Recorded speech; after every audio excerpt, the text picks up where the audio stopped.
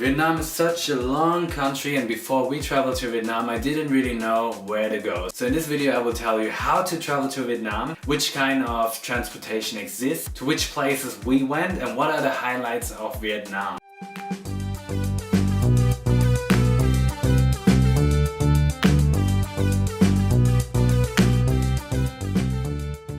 Because Vietnam is such a long country, you really need a lot of time, and you need to consider which kind of transportation you take to get from one place to the other place. Some people fly, some people take a bus, some people ride their own motorbikes.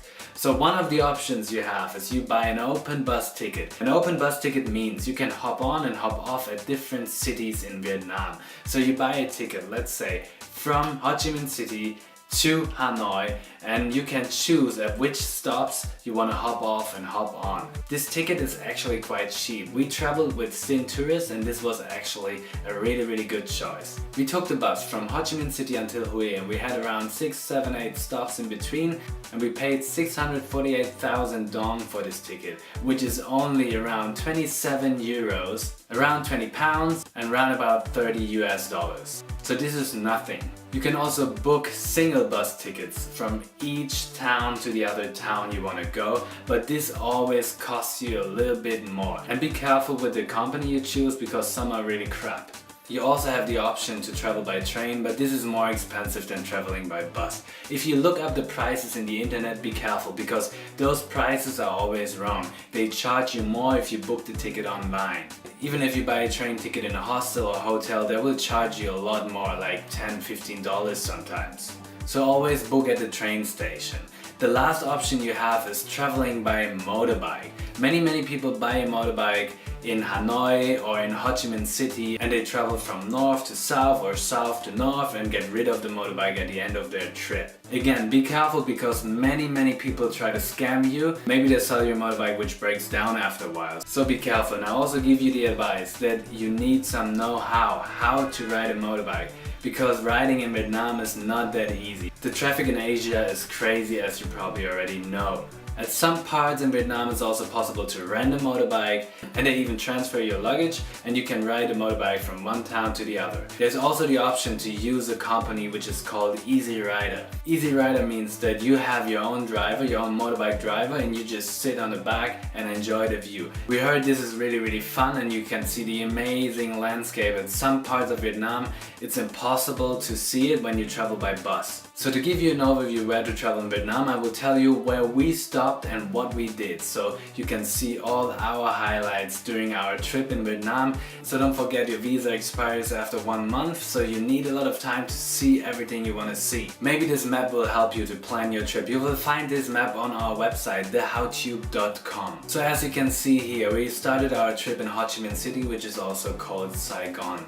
Ho Chi Minh City is a beautiful city. You have a lot of street food. It's nice to explore the city. The city is quite modern. You have green parks in the middle of the city. We really like Ho Chi Minh City. In Ho Chi Minh City we booked a tour to see the Mekon Delta. So we went south to a city called Cần Thơ. So when you do this trip, you can see floating markets. You will do boat rides on the Mekon Delta, and this was amazing as well. So one of the highlights in Vietnam. Then we went back up to Ho Chi Minh City and we took the bus, the open bus ticket, until Mũi Né. Mũi Né is a long town. It's built next to the beach, so you will be always close to the beach. You can do a lot of kite surfing here, but I didn't really like the water. The water was quite dirty at some spots. What is really nice in Mũi Né is you can see the sand dunes, the red sand dunes and white sand dunes. You can see those dunes on a day trip. The next stop was Đà Lạt. Đà Lạt is a town which reminds me of Cameron Highlands in Malaysia, if you have seen that town. It's high up in the mountains, it's quite cold over here. One of the great activities in Đà Lạt is doing canyoning. Canyoning was amazing. I was so scared to do this. I've never done upseiling before in my life, but this was just an amazing experience, and I think almost everyone can do it. If you are here, it's really cheap. You need to do it. You can see in this video, it's so crazy, but it's such a great fun. The next stop was Hoi An. Before you go to Hoi An, you need to stop in Nha Trang just because you have to stop here to change buses. People told us not to go to Nha Trang. Nha Trang is a big city, really touristy, quite expensive, really modern, close to the beach, but people told us not to go there. We stayed in Nha Trang for around 2 or 3 hours and it was just okay. So I would travel straight away to Hoi An. Hoi An is amazing. It's like a fairy tale. You can hang out in really nice bars. It's also a tailor city and it's also close to the beach. This beach was one of the beaches I liked the most in Vietnam actually. So stay in Hoi An for a couple of days. On the way up you could stop in Danang, but we didn't stop here. We went straight away to Huế. If you have an extra day, visit the citadel in Huế. The next highlight of our trip was Phong Nha. You need to go to Phong Nha because there are several caves you can visit. We went to the Paradise Cave and the Paradise Cave is the most impressive cave I have ever seen in my life. So you have to go there. From Phong Nha you can travel to Tam Cốc. Tam Cốc is also really nice, but I would only stay there for around 2 days. The town is really small, so there's not a lot to do, but you can do a really amazing boat ride. The boat ride is between rice fields and between limestone mountains, so this is also one of the highlights. Instead of going to Ha Long Bay, we went straight away to Cat Ba Island, which is below Ha Long Bay. Ha Long Bay is probably one of the greatest attractions for tourists in Vietnam. There's so many people going to see Ha Long Bay, but we didn't really know which company to choose. Many companies do this Ha Long Bay trip, but it's expensive and many times it's crap. That's what we heard. So you have to choose the right company. Instead of going to Ha Long Bay, we went to Cat Ba Island, which is almost the same. The landscape is quite similar and you can do a $15 to $20 boat cruise around Cat Ba Island and you get really close to Ha Long Bay. You will also see the limestone mountains coming out of the water. You can do some kayaking and it's definitely another highlight when you travel through Vietnam. From Cat Ba Island we went to Ha Noi. Ha Noi is again a really big city. Many people don't like those big cities in Asia. We really liked it.